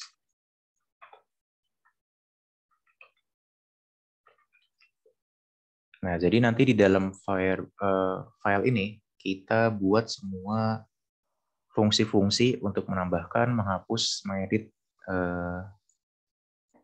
itu saja sih. 3 tadi itu aja ya. Nanti untuk membaca kita langsung ke halamannya Firebase tadi. Oke, kita buat kelas juga. Kita namain saja Firestore Service. Oke, kita buat function-functionnya di dalam sini. Kita pakai keyword static. Nanti saya jelaskan apa static. Kita namain saja misal nama function ya, add inventory. Nah, nantinya kan kita buat perlu objek dari inventory-nya ya. Jadi kita di parameter di sini kita isi inventory. Ini tipenya, kemudian nama variabelnya inventory saja kita samakan. Oke, untuk menambahkan suatu data di Firestore, kita oh ya, ini saya lupa future. Wait.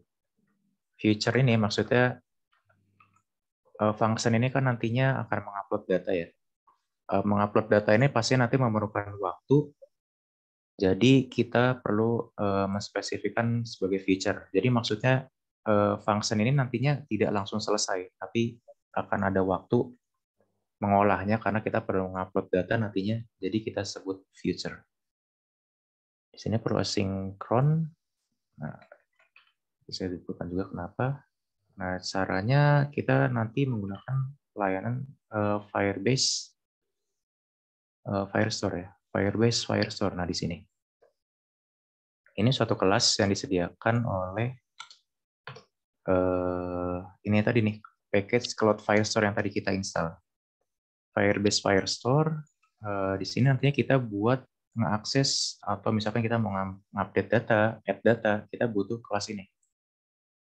Firebase Firestore titik instance dari itunya variabel kelas Firebase Firestore collection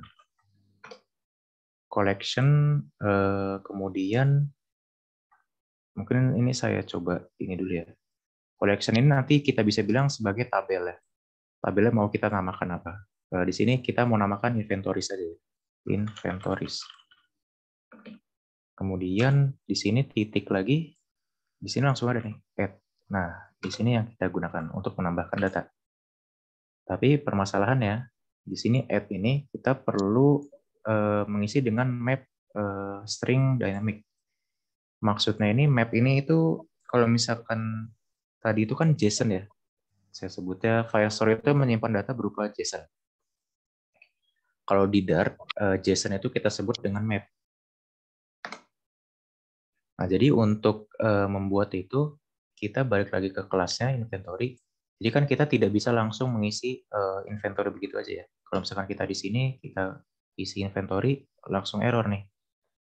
Argumen bertipe data inventory atau kelas inventory yang kita buat itu kita nggak bisa masukin ke parameter bertipe map string.dynamic.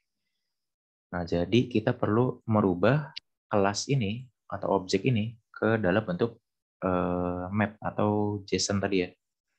Nah, kita balik lagi ke kelasnya. Kita di sini kita buat map string.dynamic. Kita buat function. Ini tipe kembalian functionnya. Di awal, nah nama functionnya itu kita sebut aja itu JSON. Kita langsung return. Nah, cara membuat mapnya itu kayak tadi ya, kurung berawal. Ini untuk suatu objek. Nah, namanya ini masing-masing key-nya. Saya sesuaikan aja dengan nama variabelnya name. Kita isi dengan name. Name-nya ini langsung otomatis dari variabel yang ini nih, mengarah ke sini. Jadi setiap kali kita buat objek dari inventory-nya ini, kita bisa langsung access to JSON ya. Nanti langsung menghasilkan data inventory ini, tapi dalam berupa map. Description.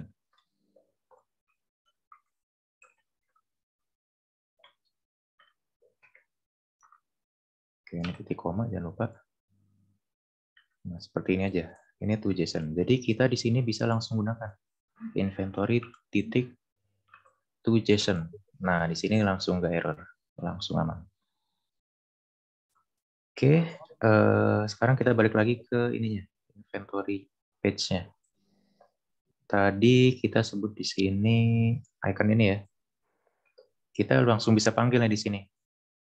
Panggil kelasnya Firestore Service ya yang tadi kita buat namanya titik add inventory. Nah, kenapa di sini tadi alasannya static? Jadi static ini fungsinya ketika kita buat function, kemudian kita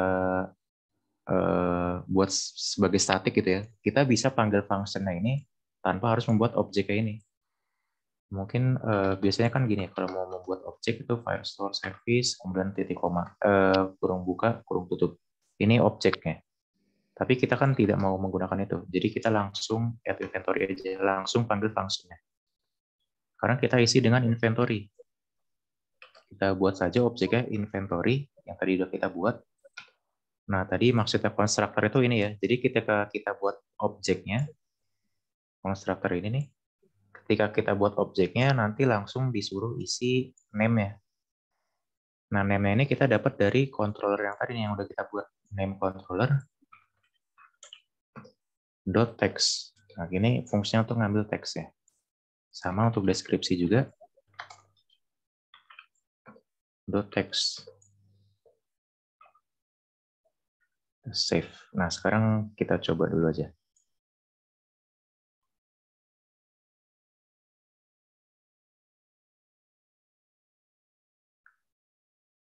Jadi secara codingannya tadi kita udah buat bagaimana caranya untuk menambahkan data ke Firebase tadi.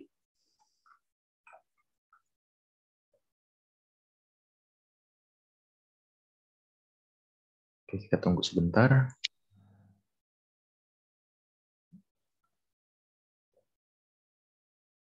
Kita lihat juga nanti data yang dihasilkan di Firestore itu seperti apa bentuknya.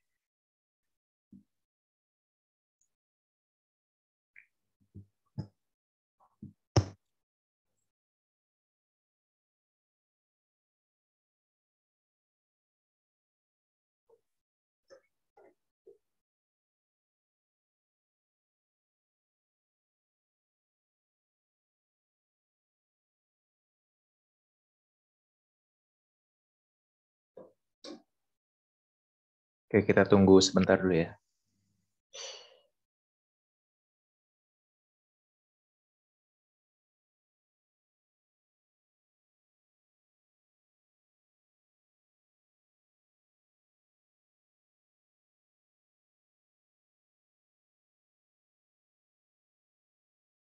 Sedang build APK-nya.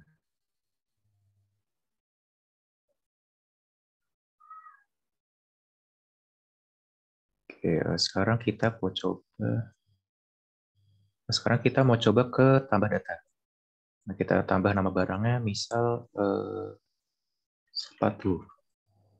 Deskripsinya kita coba-coba aja ya. Enter. Nah, sekarang kita coba tambah. Oke, ada error di sini. Oh, betul. Jadi lupa ditambahkan juga.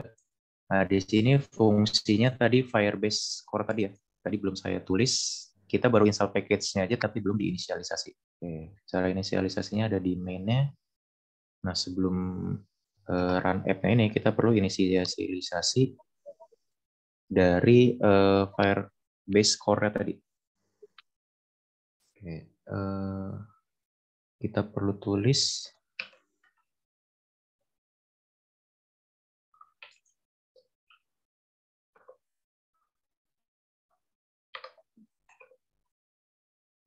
ini, kita perlu asing juga ya.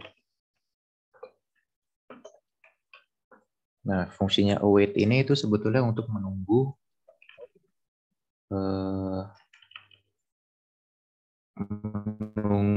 ininya ya, aksi dari Firebase-nya ini nanti. Firebase initialize app.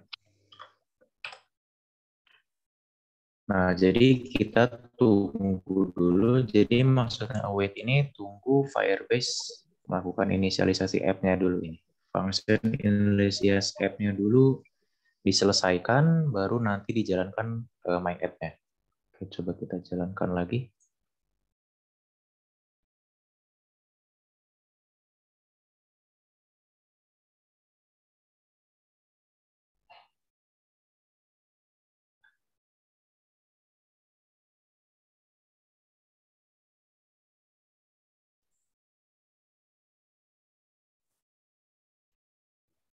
Oke, kita coba tambah lagi.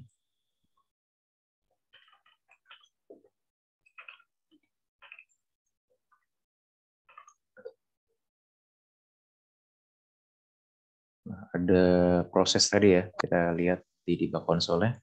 Kita coba di sini, kita refresh. Sudah masuk atau belum? Nah, ini data yang tadi kita tambahkan dari aplikasi udah langsung masuk di sini. Oke, mungkin saya jelaskan ini. Jadi struktur dari file store ini nanti seperti ini.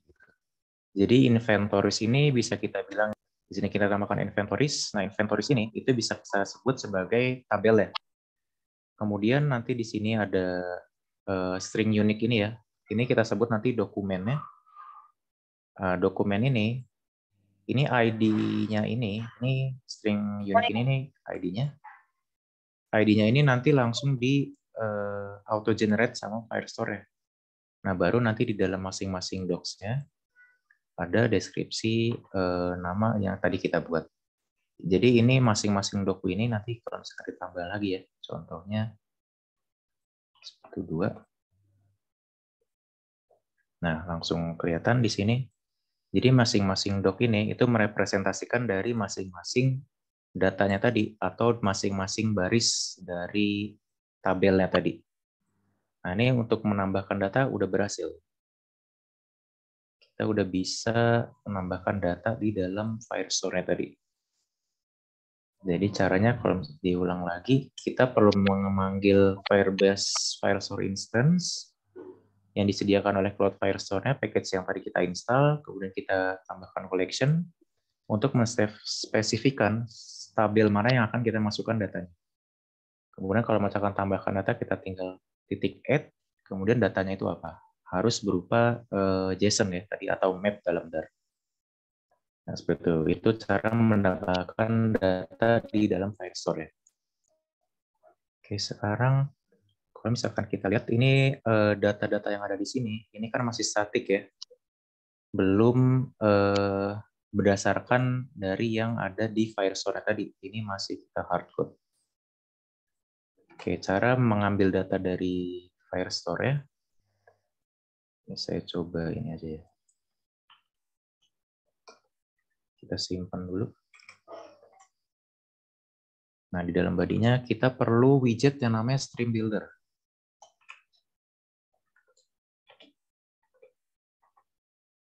Stream Builder. Nah, Stream Builder ini Firebase itu salah satu keunggulannya itu tadi lupa saya sebut itu real time. Jadi kayak yang tadi saya contohkan ya, ketika kita menambahkan data di sini, kita klik simpan itu langsung muncul di sini. Nah, jadi fungsinya Stream Builder ini itu untuk membaca aliran data tersebut. Jadi stream ini kalau misalkan kita artikan, itu artinya aliran data. Jadi nantinya Stream Builder ini akan membaca setiap perubahan yang nantinya akan kita dapatkan dari sumber datanya. Nah, sumber datanya kita bisa disebut sini stream. Nah, dari mana kita mau dapat data yang tadi? Dari Firestore yang tadi kan, Firestore, Firebase Firestore, .instance, .collection, collection-nya tadi inventories ya, .collection, .snapshot maksudnya, .snapshot. Nah, snapshot ini bentuknya itu aliran data stream dari query snapshot. Nah, query snapshot ini tipe data yang dikembalikan oleh Firestore ke dalam Firebase ini, ke dalam Flutter ini ya. Yang kita baca itu nanti tipe datanya nih, query snapshot. Tipenya ini map. Nah, untuk menspesifikkan hal tersebut, kita tulis di sini. Jadi nantinya Stream Builder ini, data yang kita terima ini berupa query snapshot, yang tipenya nanti map string dynamic. Key-nya string, datanya itu dynamic, ini maksudnya dynamic ini bisa berupa apa saja gitu ya. Bisa string, bisa boolean, bisa integer, seperti itu. Oke, buildernya. Nah, di dalam sini kita nanti membuild dari apa yang tadi kita udah dapat dari streamnya tadi. Nah, di sini kita nanti kan pastinya ketika kita meng-get data ada ini ya, loading. Maka kita harus if-kan dulu sini has data. Ketika snapshot-nya sudah ada data, jadi nanti data itu berupa snapshot ini ya, dari variable snapshot ini kita mengambil datanya, baru kita nanti return-kan sesuatu. Return-kan saja teks dulu. Nah, selama proses belum mempunyai datanya, kita ini kan saja, kembalikan saja berupa di sini ada namanya circular progress indicator. Nah, jadi nantinya kalau misalkan kita sering lihat di aplikasi gitu ya, kalau misalkan loading ada circular progress kayak gitu, nanti akan ditampilkan. Oke, sampai sini dulu, coba di restart. Nah, udah langsung kelihatan ini aplikasinya.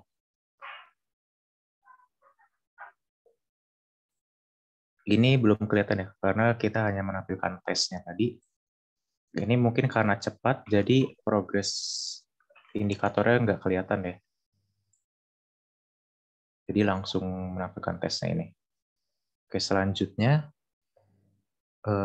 kita mau mengambil masing-masing datanya tadi.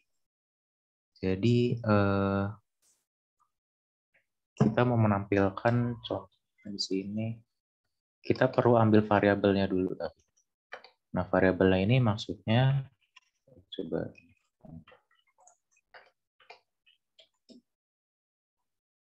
data yang kita dapat nanti, kalau misalkan dilihat sini kan berupa query snapshot ya. Tapi bagaimana caranya kita bisa mengakses data tersebut, tapi dalam representasi objek yang udah kita buat tadi, yang si inventory tadi. Nah, kita butuh kelas, butuh function bantuan lagi, yang nantinya kita buat untuk nge-convert data yang kita dapatkan tadi menjadi data dari objek tersebut. Jadi data dari objek itulah. Nah, caranya kita bisa ambil di sini, kita buat function baru lagi gitu ya. Kita namakan di sini kita perlu factory. Bisa saya jelaskan.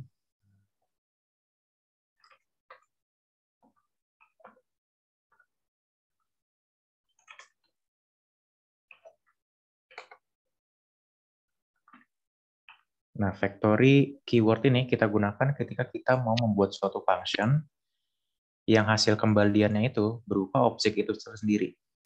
Jadi kita bisa dibilang di function ini nanti kita memappingkan sesuatu gitu ya dari query snapshot yang tadi. Kita cara gampangnya kita ini aja copy dari sini. Kita spesifikkan dulu datanya itu nanti berupa apa. Kita namakan saya JSON misal. Query snapshot di sini error karena belum diimport karena ini berasal dari package Firestore tadi. Nah, di sini kita baru langsung ambil aja nilainya. Karena berupa JSON tadi cara aksesnya kita ambil variabelnya JSON, kemudian kurung siku, nah key-nya tadi kita ambilnya berupa apa? Tadi kan ada dua ya, name dan description. Ini key-nya. Name, setelah itu dari deskripsinya,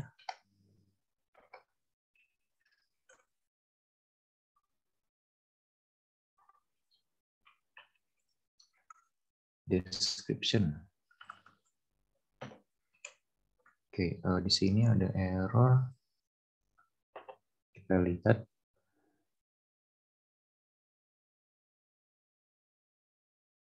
Query snapshot.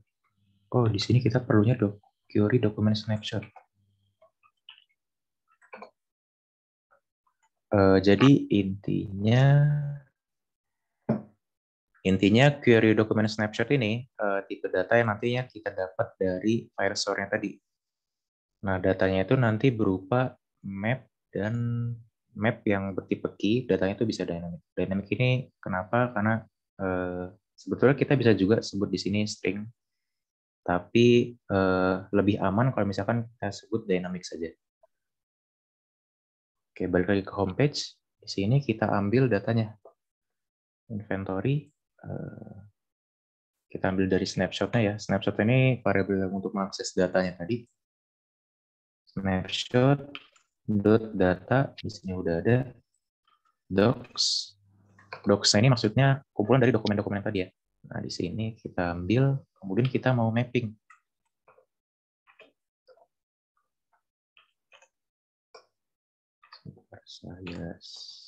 Ini error karena nullable, jadi kita ini aja.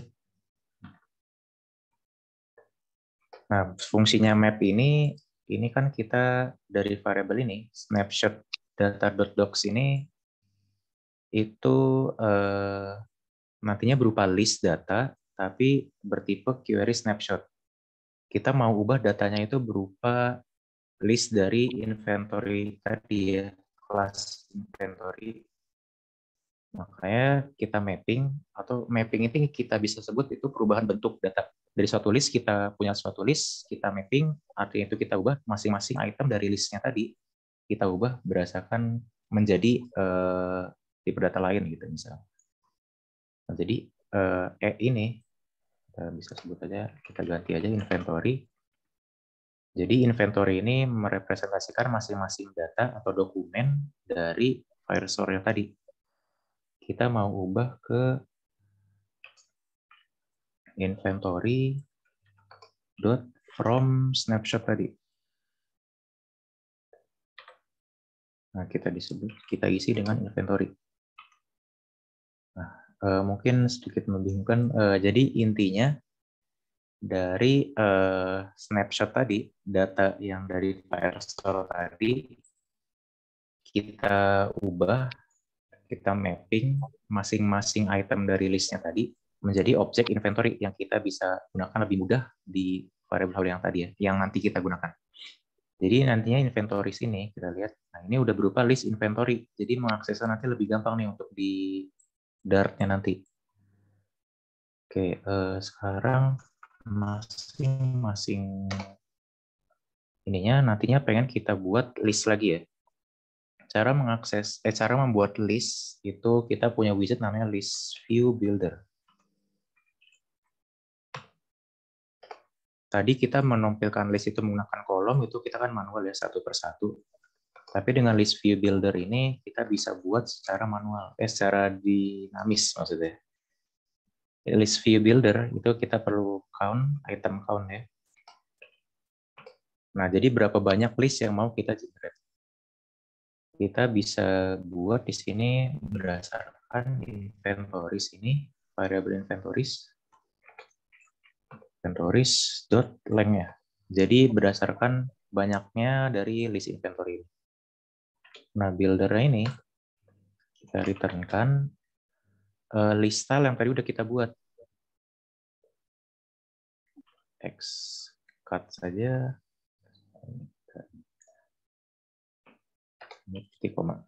Nah, sekarang datanya tadi masih berupa hardcode ya, kita bisa tulis di sini, kita langsung bisa ambil nih inventories. Ini karena berupa list ya, jadi kita perlu tulis dulu indeksnya. Nah indeks ini otomatis dari item builder-nya ini. Jadi kita bisa bilang list view builder ini nanti otomatis melooping dari data yang kita sediakan. .name. Nah ini udah langsung bisa nih. Untuk yang deskripsinya juga sama. Ini deskripsi.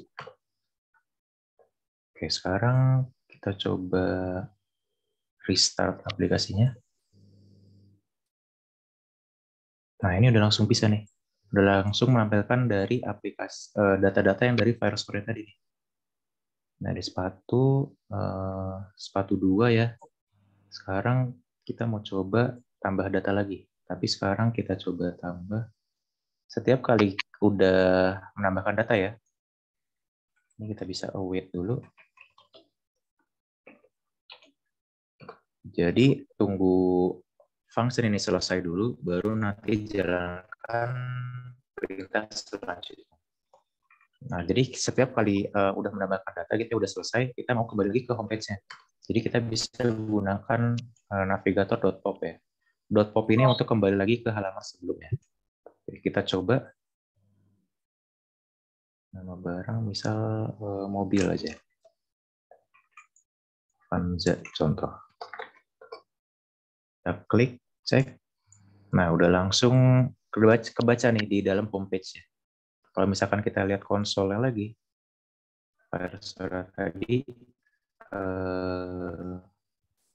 nah mobil ini udah masuk juga.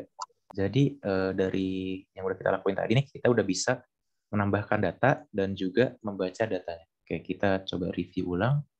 Untuk membaca data, kita perlu namanya stream builder. stream ini aliran data. Jadi ini tadi udah real time ya. Setiap kali kita tambahkan, kita balik lagi ke homepage, itu dia langsung menampilkan data-data yang baru. Jadi itu berupa aliran data. Jadi selalu diawasi perubahan data-data yang ada. Nah, streamnya ini, property stream ini maksudnya adalah sumber data yang kita ambil. Jadi dari Firestore-nya yang tadi, ini kenapa kita bisa langsung terhubung gitu?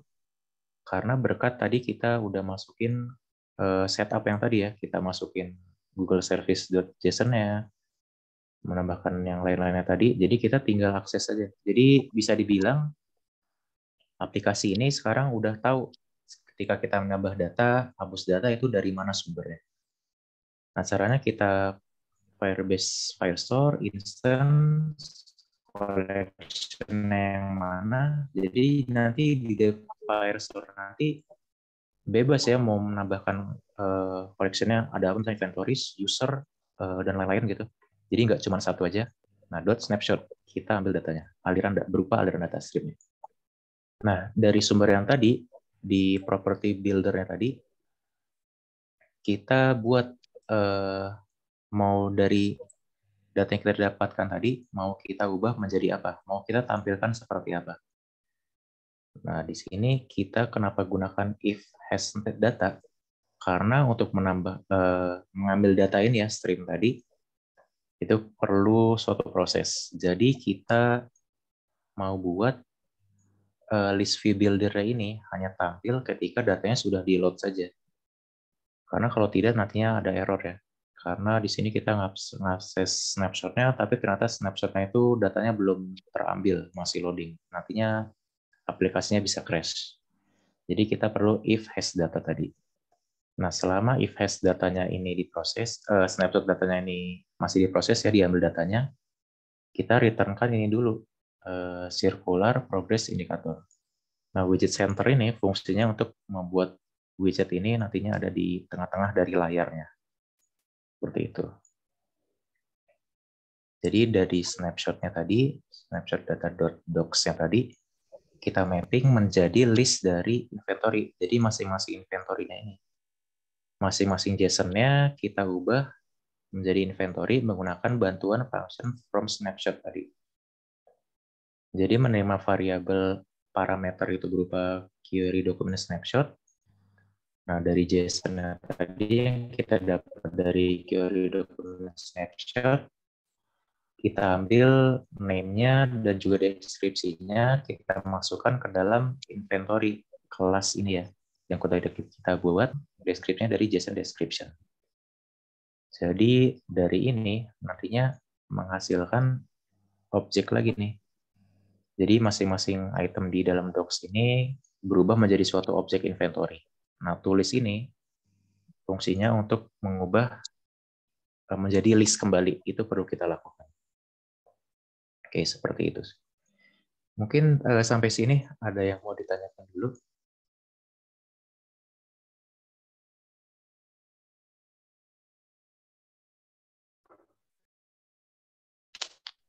Ya, lanjut aja, Mas Rio. Tinggal 10 menit lagi. 10 menit lagi. Selanjutnya kita coba buat untuk yang delete-nya dulu ya. Karena delete ini lebih sederhana lagi. Kita buat lagi virtual service-nya lagi. Fungsinya lagi. Kita kembali panggil static supaya tidak perlu membuat objeknya. Kita buat feature lagi. Void, maksudnya ini void ini tidak mengembalikan apapun ya. Jadi kita bisa aja di sini bilang integer atau string. Tapi karena tidak ada yang dikembalikan, jadi kita tulis void. Sini kita buat delete data. Inventory. Di sini kita perlu ID-nya.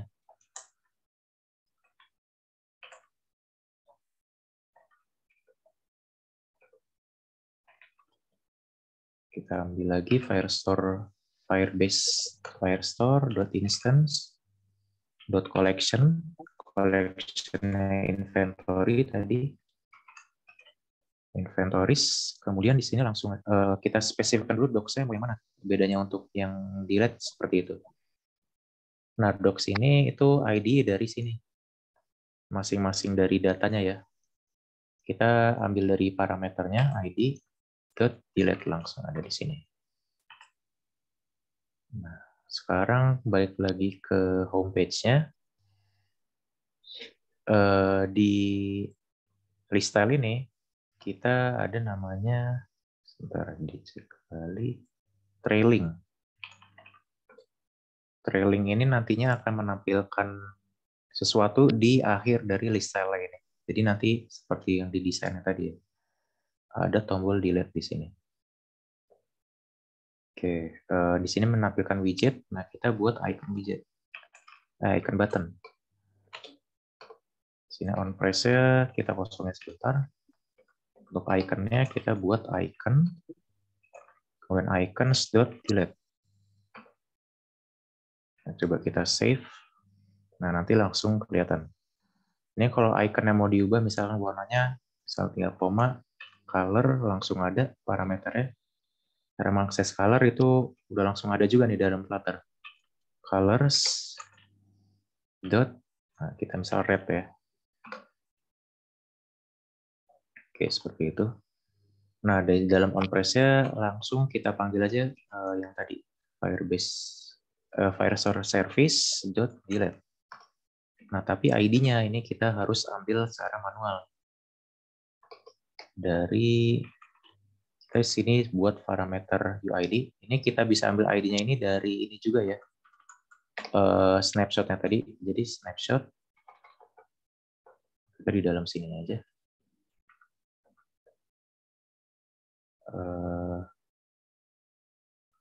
Var ID, kemudian nilainya itu dari snapshot.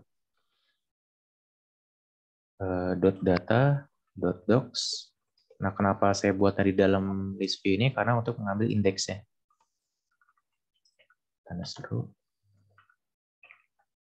Index.id harusnya ada nih. Nah, ini di sini langsung ada. Ini untuk mengambil ID dari masing-masing dokumen snapshot yang tadi, data-data yang tadi. Jadi kita bisa langsung ambil di sini ID-nya. Kita coba restart. Oke, sekarang kita coba dulu ya. Delete. Nah, udah kehapus dalam aplikasinya, kita cek dalam Firebase-nya. Nah, tadi udah tinggal 2 ya, tadi kan ada 3. Sekarang yang mobil, misal kita hapus lagi. Nah, langsung hapus. Jadi real time ya. Jadi aplikasi data yang ditampilkan di sini itu langsung menerima perubahan dari yang ada di file store ini. Setiap kali perubahan, misalkan ada tambahan atau penghapusan data, tampilannya menyesuaikan. Kita coba tambah lagi.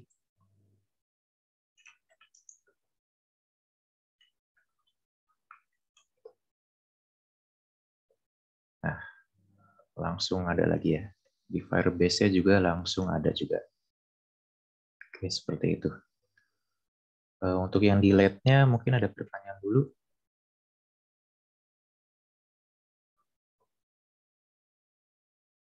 Oke, Pak Gelar ini waktunya mungkin udah jam 10, mau dilanjutkan lagi atau bagaimana ya, Pak? Oh, boleh. Kita mungkin selesaikan aja sekarang ya. Kita ya maksudnya sekarang udah selesai, udah jam 10 ya. Nanti kita lanjutkan lagi di pekan depan ya. Nanti waktunya nanti saya sampaikan lagi di grup ya. Masing-masing grup. Mungkin begitu ya, Mas Aryo ya. Ya, boleh, Pak.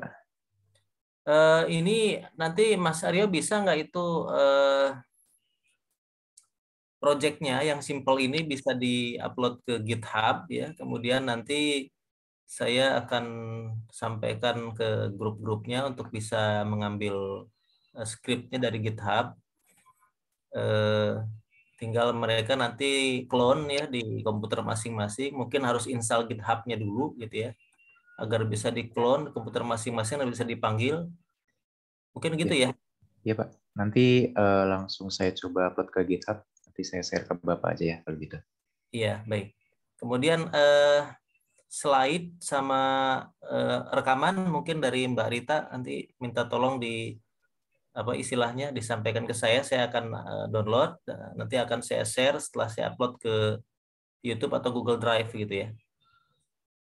Iya, Pak. Ya. Oke, makasih. Barangkali mungkin Mas Aryo begitu ya. Ada ini dari Mas Aryo ada lagi? Cukup ya? Cukup Pak, mungkin dari saya. Oke, ya makasih banyak ya Mas Aryo. Nanti pertemuan berikutnya insya Allah kita lanjutkan ya. Dan mungkin ini akan bervariasi ya pelatihannya. Jadi tidak hanya Android ya, kita membuat aplikasi database dengan Firebase ya. Nanti selanjutnya kita akan mencoba membuatnya dengan MySQL. Kita coba juga membuat aplikasi-aplikasi yang lainnya, misalnya berbasiskan web ya. Nah, sehingga nanti masing-masing dari kita di sini bisa bikin web ya, kemudian terkoneksi dengan database baik Firebase maupun MySQL. Jadi tidak hanya Android, web juga bisa terkoneksi dengan database secara real time ya, dan tidak hanya MySQL tapi juga Firebase. Kemudian juga nanti kita akan coba belajar Python ya.